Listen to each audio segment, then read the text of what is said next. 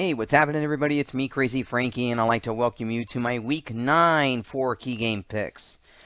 Now, before we get into those picks, a couple of things that come to mind right now. Before I give you my quick thoughts from week number 8 here, latest news that came out, as of the time of this video, it's been quite an eventful last 48 hours in the NFL. Look at the latest headlines. You got Hugh Jackson and Todd Haley both being fired from the Browns. Greg Williams is going to be the intern coach, which really, good luck to the Browns on that one. Couple of trades that went on. Mari Cooper went to the Cowboys, and Golden Tate went to the Eagles. That, to me, both teams needed wide receivers, and that to me is a big help for both these two teams, especially with the NFC East still pretty open, despite the fact that the Redskins are still at top of that division. But other than that, probably the only story that came out of week number 8, obviously you got to go to the Packers-Rams game, which really was a great game, really great game. Obviously the big story that came out of that was Ty Montgomery, the guy who made the kickoff, the guy who received the kickoff return and then fumbled near the end of the game after the Rams tied it 29-26. Then a big turnover, big turnover towards that point, and then Aaron Rodgers never got to see the ball. And of course, probably the only other thing that came to mind was Todd Gurley. There was a lot of speculation. Those who play fantasy football and are bet, and people who play for credits. That touchdown cost them some money and all that. And I kind of like what Todd Gurley said after the game. They said he didn't really care about fantasy and all that. Go watch that video. It's probably on YouTube or something like that. Believe me, that was gold. Seriously gold on that part.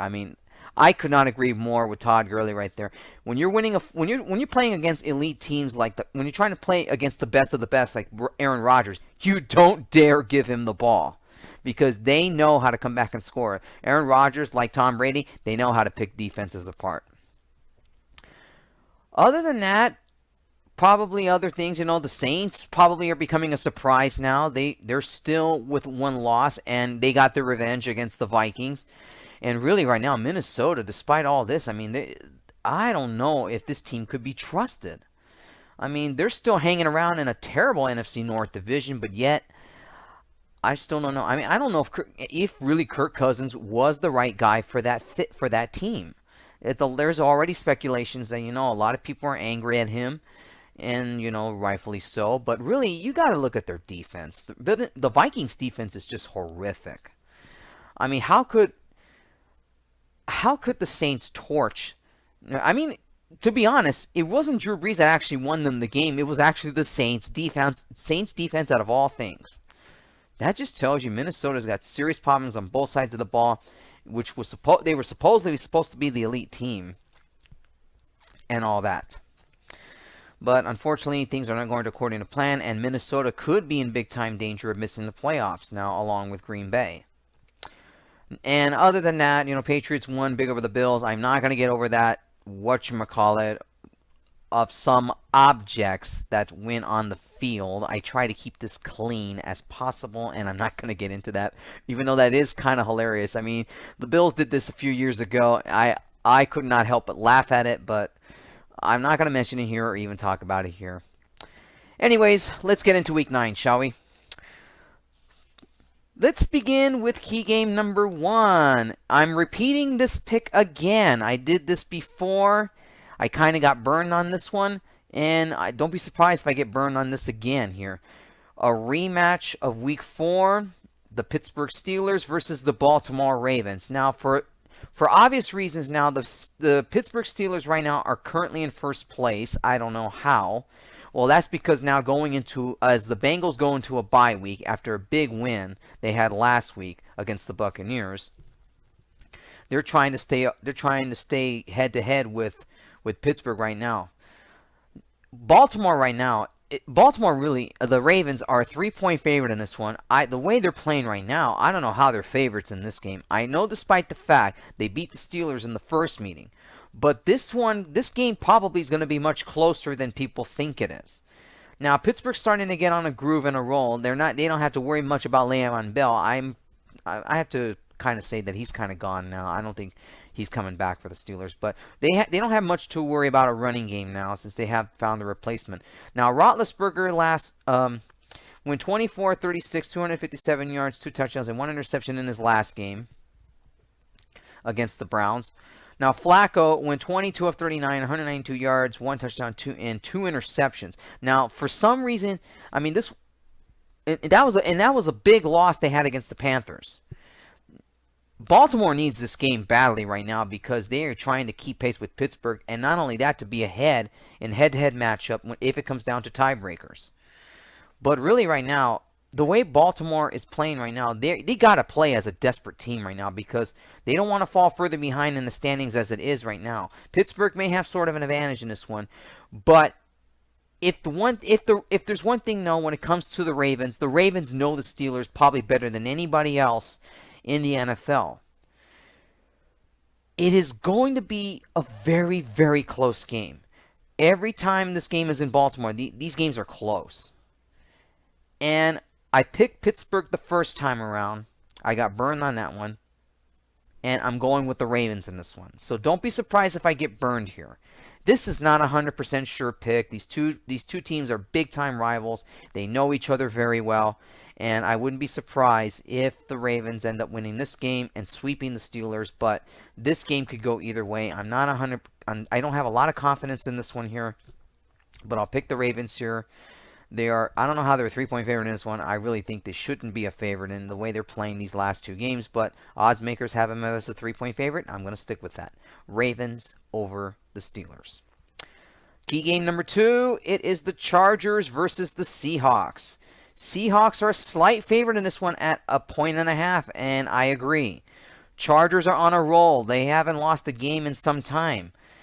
Now, Chargers are coming off a bye after a lucky win they had against the Titans in London.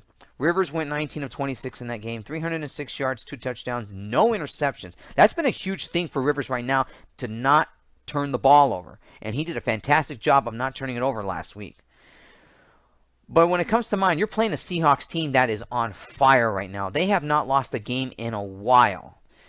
They're on a big-time winning streak here. Wilson in a big win last week over the Lions, 14 of 17, 248 yards, 3 touchdowns, and no interceptions. The last time the Chargers beat the Seahawks in Seattle, you have to go back to 2006 when the Chargers went 13-3. And that was supposedly, they thought they were going to go to the Super Bowl that year, but they ended up losing the Patriots. But that's another story here. Since then, the Chargers have not won there in 12 years. And it's not going to be any different here. I think the Chargers right now may hit a bump on the road in this game here. The way the Seahawks are playing right now, despite all the distractions. Now, this is going to be probably a shootout here. I expect a shootout in this game. But Seattle is good at home, and I'm not going to go against that, and that is why I'm picking the Seahawks here. It's going to be a close game, but I think the Seahawks pull it off in the fourth quarter. They will win probably by a field goal, and that is why I'm going to say it. And it hurts me as a Chargers fan to say it, but their Chargers are not. They've always had trouble in Seattle. That's one thing. I mean, I know they won back in 2006, but that was when the Seahawks weren't that good of a team back then. This has come to mind here. Now, it's going to be a miracle for Chargers to win this game, especially with Seattle still on a big-time winning streak. They are red hot right now, and they know they're doing their best efforts right now to get a playoff spot here and maybe try to catch the Rams. But I think the way we're at the half point of the regular season, I don't think they're going to catch the Rams. I think it may be too little too late for them. But they're fighting for a playoff spot here, the Seahawks, and they're good at home, and I'm going to stick with that. Seahawks over the Chargers. Key game number 3, a big one here between the Rams and the Saints. Now, the Rams coming off that lucky win last week against the Packers. A lot of questions now regarding their defense here. Now, it took a while for Todd Gurley to get going with the running game here. And Jared Goff here went 19 of 35, 295 yards, 3 touchdowns, and no interceptions. That was a key factor here. He didn't turn the ball over through interceptions. And that defense is going to be put to the test again against the Saints' high-powered offense here. Now, Drew Brees went 18 of 23, 120 yards, 1 touchdown, and 1 interception. He didn't necessarily win the game for them last week against the Vikings. Mostly the defense did all the work, including some defensive touchdowns that they've had. It's really tough to say right now. This New Orleans Saints team is on fire right now. They're in first place in the NFC South.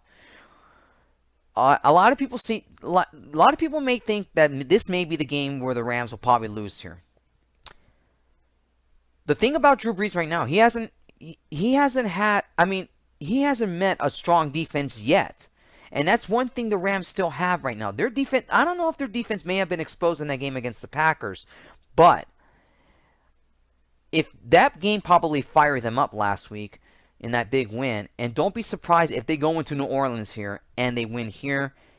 It's going to be this game's also going to be a shootout here. I think the Rams will pull it off here. I think the Rams win in the end here. They'll probably win by a field goal. I'm picking the Rams here. Saints are, I forgot to mention, the Saints are a point and a half favorite in this one here. But I'm actually going to go with a slight upset here. I think the Rams are going to continue to be undefeated. They're getting inches closer to clinching a playoff spot in the next few weeks. More likely to win the division, but it's still too early for them right now. But as far as it goes here, I think the Rams pull it off here. They'll win barely by a field goal here, and I'm going to stick with that here. I like the Rams here in this one here. The Rams over the Saints. And finally, key game number 4, a big one on Sunday night. Battle of one of the best of two great quarterbacks here, and of course I'm talking about Aaron Rodgers, Tom Brady, the Green Bay Packers versus the New England Patriots. Patriots are a 6-point favorite in this one. That number should be a little bit lower. This is probably the game of the weekend here, no question. I expect a shootout between these two quarterbacks. The way the Packers defense did a great job on the Rams here. Don't be surprised if they get to Brady in this game here. I think Green Bay's defense has finally come alive, and I expect them to really put a lot of pressure on Tom Brady. Now, Tom Brady's good at picking defenses here, but I think this may be a game where New England's offense here. Now, when I talk about this game here, look, Rodgers never got a chance to win the game last week because of a fumble by Ty Montgomery. Now, Rodgers went 18 of 30, 286 yards, 1 touchdown, no interceptions in that loss last week against the Rams. Brady last week against the Bills, 29 of 45, 324 yards, no touchdowns and no interceptions. Defense actually was big in that game. Now, New England's defense really has actually come alive now. But I think at a time where you're going up against Aaron Rodgers, it's going to be a tough game for the New England defense to really put pressure on Rodgers, because Rodgers is good at scrambling and he knows how to work outside the pocket. I think it's going to be a very good game. It's going to be a very close game. Whoever has the ball last is more than likely going to win here. And the thing about it is, I'm going to still go with the Patriots here. I'm going to pick the New England Patriots in this one here. Tom Brady's going to have the ball last in this game, and there's no question about it. And knowing the Packers defense here, they better have a good game plan against the Patriots here if they're going to stop Tom Brady. This should be a good one here on Sunday night. I am looking forward to watching this game. I can't wait to see this game on Sunday. It's probably going to be the game of the weekend here.